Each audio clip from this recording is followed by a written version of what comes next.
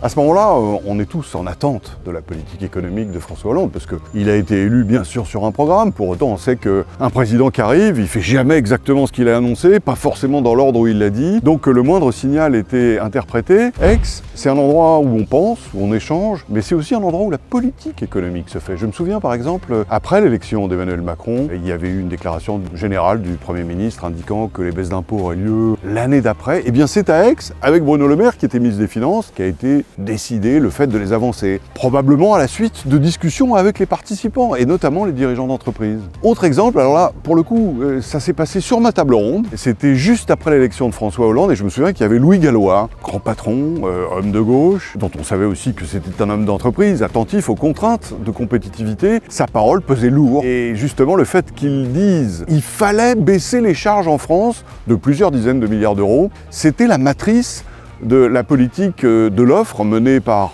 François Hollande un peu plus tard, et notamment du fameux crédit d'impôt compétitivité.